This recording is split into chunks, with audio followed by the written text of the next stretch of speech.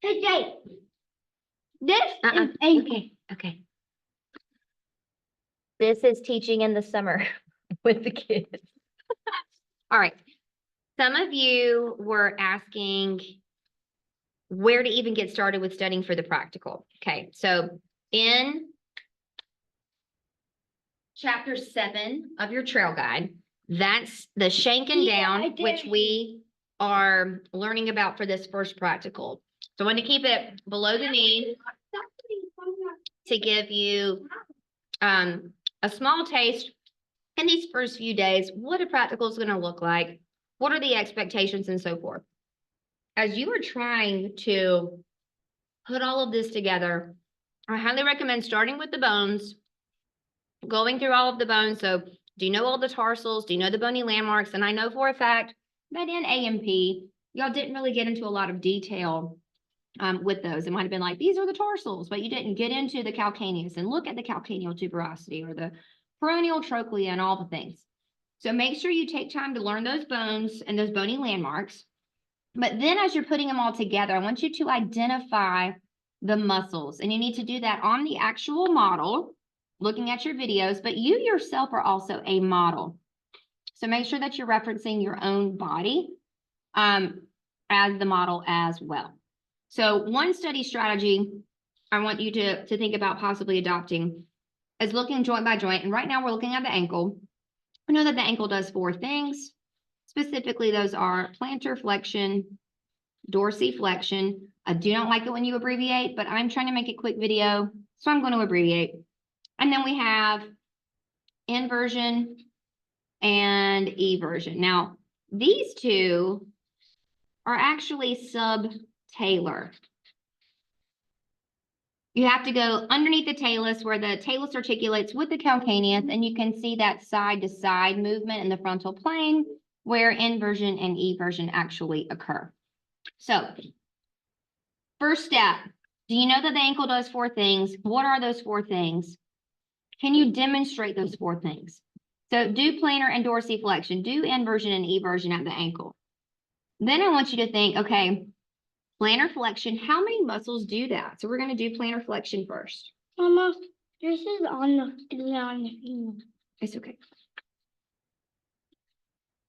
There are 8 of those. You have this on one of your sheets in your lab section of the content, but you can also look in your textbook, flip on to the muscle section in chapter 7, and the very first page of the muscle section is called Synergist Muscles Working Together. I actually think that's the second group. You have a little bit of like topographic images showing all of the muscles and showing that part of the body with the skin on top. And then it shows the layering, and then you would get to Synergist Muscles Working Together.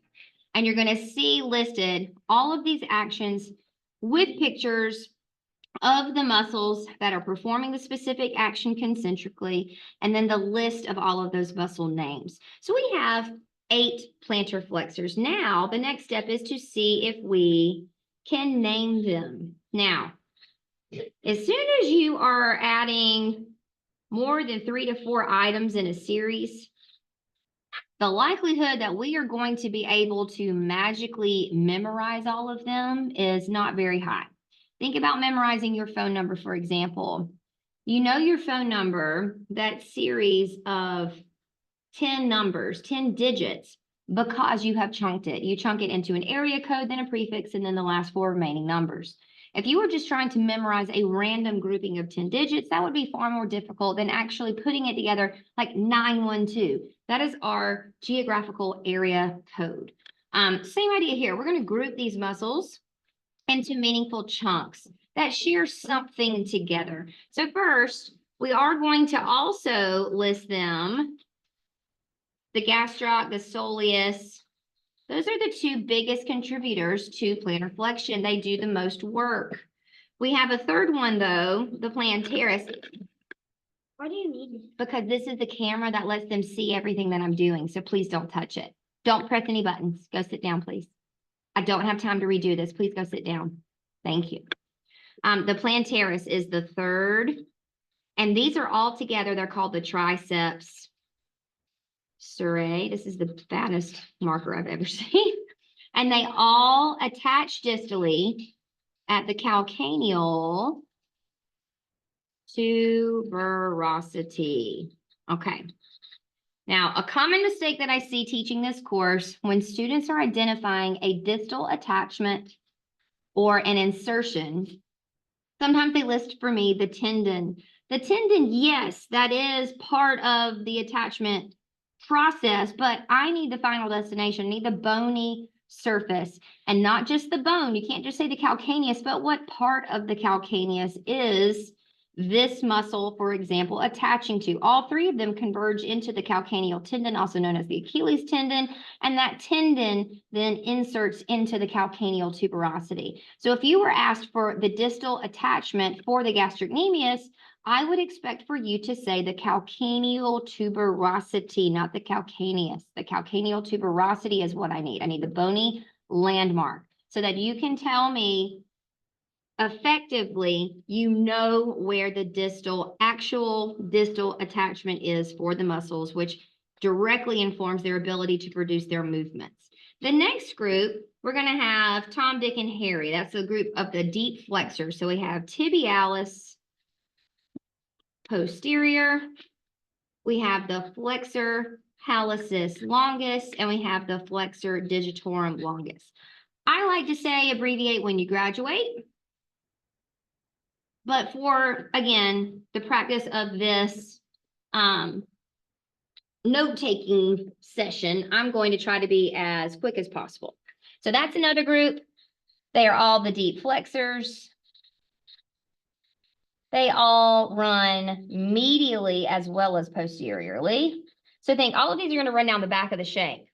And that is how it is able to pull on that heel or pull on the back of the foot to produce plantar flexion.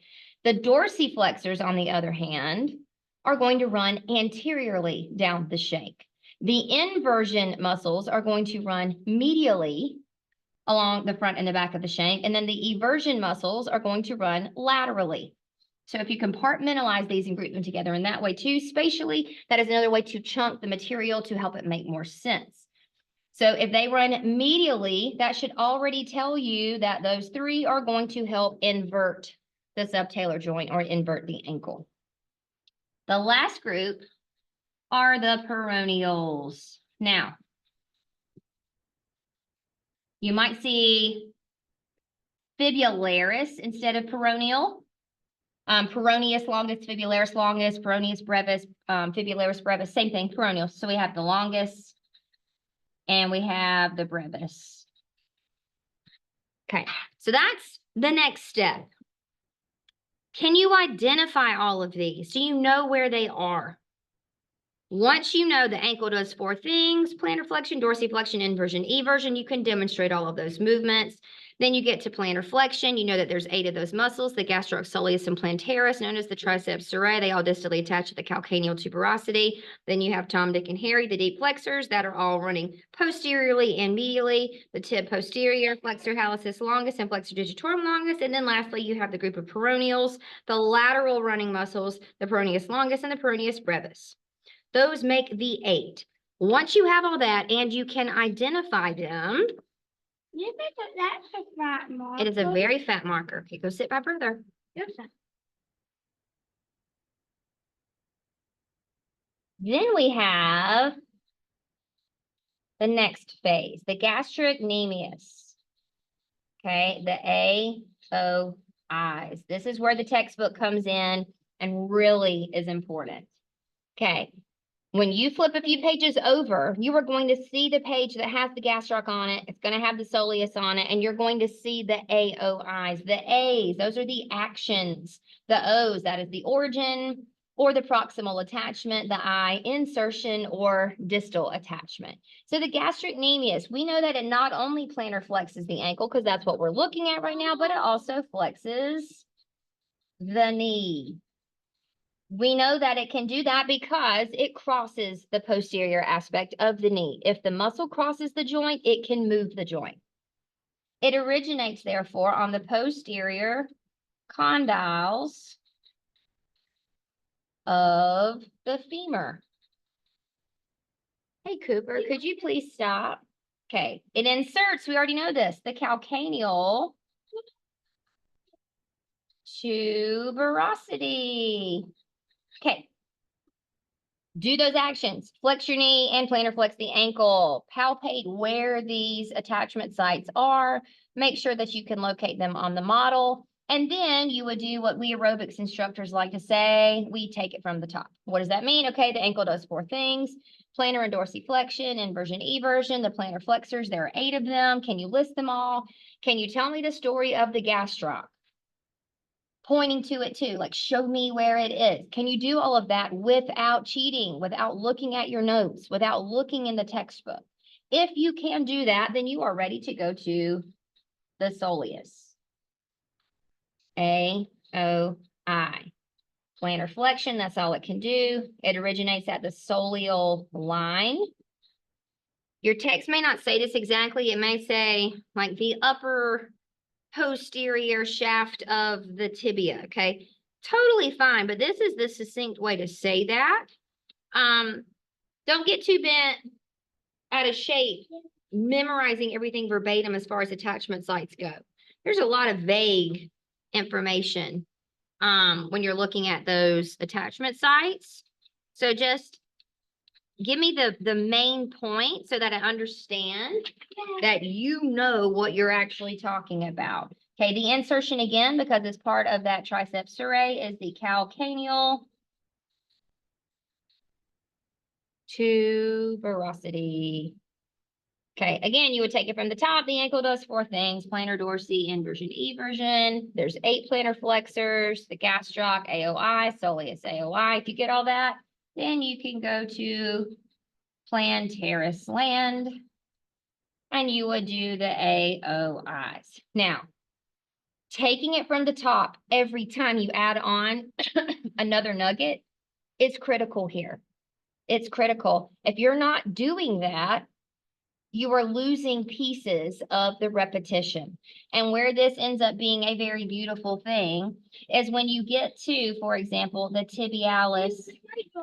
We love it, baby. The tibialis anterior and the flexor hallucis longus.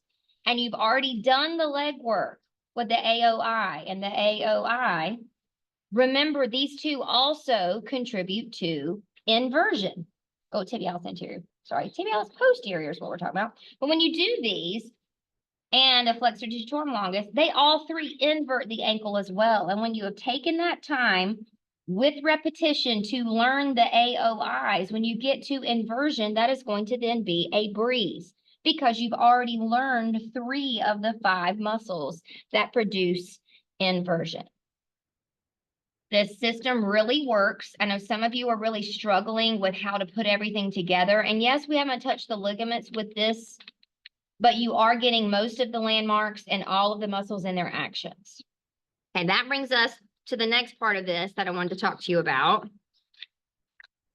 The naming. When you're looking at the reasons we name things, we're going to ask 3 essential questions. What does it do?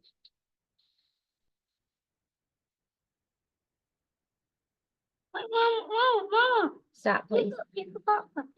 Okay. Where does it go? And long or short? Now, most of the time, you'll be looking at like a longus or a brevis. Sometimes, though, this does not apply to a certain muscle. So think like rectus femoris or vastus lateralis, both of which you should remember from A&P, mind you. One reason students struggle so much with this course is they did not retain anything from anatomy and physiology. A lot of this stuff should be a review, and we are adding on to those general concepts. If you don't remember the base concepts, it's pretty hard to add on to what you were already supposed to know. So if you are struggling, I need you to go back and do a big A&P recap with a lot of those structures that you should already know. So some of those muscles, those 2 muscles I just referenced in the quad, their naming doesn't have anything to do with this per se. It doesn't have extension of the knee anywhere in the name. However, with a lot of these that cross the shank, and I'm going to go to extensor land, so dorsiflexion land here to illustrate this, you have the extensor hallucis longus. Okay, what does it do? It extends. Where does it go? The hallucis. What is the hallux? It's the big toe. And is it long or short? It's the long one. If you have a long one, then we know we have a short one too. So you got to think strategically, okay, what is the name telling me? Its primary job, and that doesn't mean it's the only thing that it does, but its main job is extending the big toe. Now, I'm going to show you a strategy for studying this with my nasty foot very close up to the camera. Do not judge, but you're about to see some yuck. And yes, I do this in live classes. I always put my foot up to show you. So we were looking at the extensor hallucis longus, right? So I want you to think, well, what does toe extension even look like? You're just picking up your toes. That's all we're doing. We're picking up our toes. Now, you should see if we're talking about the extensor hallucis longus. As I am forcefully picking up my toes, now I'm going to also dorsiflex my foot. Okay, you can see there's a big tendon here. That's my tibialis anterior, and it stops short. It does not go to my big toe. Can you see the tendon that goes to my big toe? There's another one right here. You can follow. That goes all the way to my big toe. So already you should see this is my extensor hallucis longus. How do we know that? Because it's the one that actually goes to my big toe. Cooper, I need my green marker real quick. I'll give it right back. Sure, that works. And then I like to affectionately call this one the witch's broom because you can see little tendons there. You can take it back. That's the extensor digitorum. Yes, I can wipe it off. That's the extensor digitorum longus. Now you can see all three of them are popping seriously when I dorsiflex. That tells us something. If the tendons are really tightened, they're shortening, that is demonstrating concentric muscular action. And you can see that those three muscles together, tibialis anterior, extensor hallucis longus, and extensor digitorum longus, all three of those collectively work together to produce dorsiflexion. Now, tibialis anterior, you can see he's running very medial in reference to the midline, right?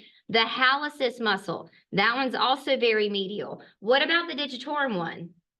That's very lateral. So if I go into inversion, look at that tib anterior. Look at that hallucis muscle right there. You can see those tendons. They are super mad. They're super tight. They are popping big time because they produce that action. Now let's go eversion. You should now see something else too popping up. So we see the extensor digitorum longus, but what else do you see? Do you see these peroneals? So we have peroneus brevis. I want you to palpate your lateral malleolus, run your fingers down, relax your foot, and you should feel just down from the malleolus. I don't know if you can see, but I've got right here, there's a bump. That is my peroneal trochlea. My brevis is going to run there, and then I want you to go just down the side of your foot, and you can feel a bump there. That's the base of my fifth metatarsal. So my brevis attaches there. The longest keeps going under the foot. What's the vein? What's the vein? There's a vein right there. But they're learning about this right now. Oh. All right. Orange vein? So I want you to think. You have orange vein? No, I'm drawing on it. Your tib anterior, remember, he stops short. He can't do anything to my toes, but he absolutely can dorsiflex. You see him popping with dorsiflexion. You see him popping with inversion. That tells you those are his two jobs. Now the extensor hallucis longus, you can see him popping all day with dorsiflexion, and you can see him popping when I'm extending my big toe. The extensor digitorum longus, same idea. When I dorsiflex, he's getting really tight. And when I evert, and then we throw in those peroneals, and you're good to go with eversion. Those three muscles evert. Okay, think about that, put that together collectively, and that should help you cluster your muscles together as you're learning them. I know it's hard when you are virtual and you don't have access to actual models, but guess what? You yourself are a model. You're a model. You don't have to have all the fancy schmancy stuff to be able to do this. Now, one last concept before we go. These are extrinsic muscles. They cross the ankle, but I want you to think if you have a long hallucis, you're also going to have, so let's do this one, vertical lines.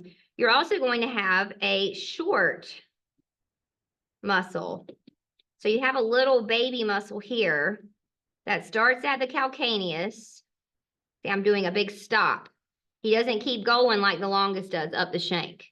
The brevis is also going to extend the big toe, but he starts here. He doesn't cross the ankle. So the extensor hallucis brevis only extends the big toe. He does not dorsiflex the ankle because he doesn't cross up to the tib and fib.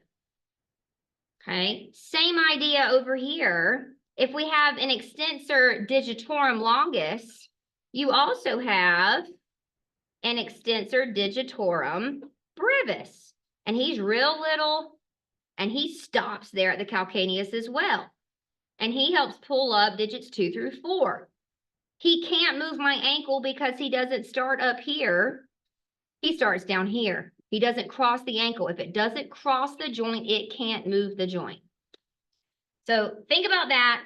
If you have those little intrinsic tiny muscles that don't cross the ankle on the anterior surface or the dorsal surface of your foot, guess what? You have them all on the bottom of your foot as well.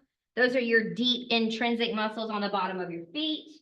How many of you remember training barefoot, for example, standing barefoot, or it's summertime, maybe you're used to your really cushy Hokas or on clouds, and then you go to flip-flops where you don't have any arch support and the bottoms of your feet start cramping. That's because you're making those muscles on the bottom surface of your foot start to work. They're tired. They're not used to having to do a whole lot of work because your shoe is doing that for you. That is great. Yes, my baby Cooper wanted y'all to see his name. All right, that is going to be the end of our lab studying lecture. I hope that was helpful, and I'll see you soon.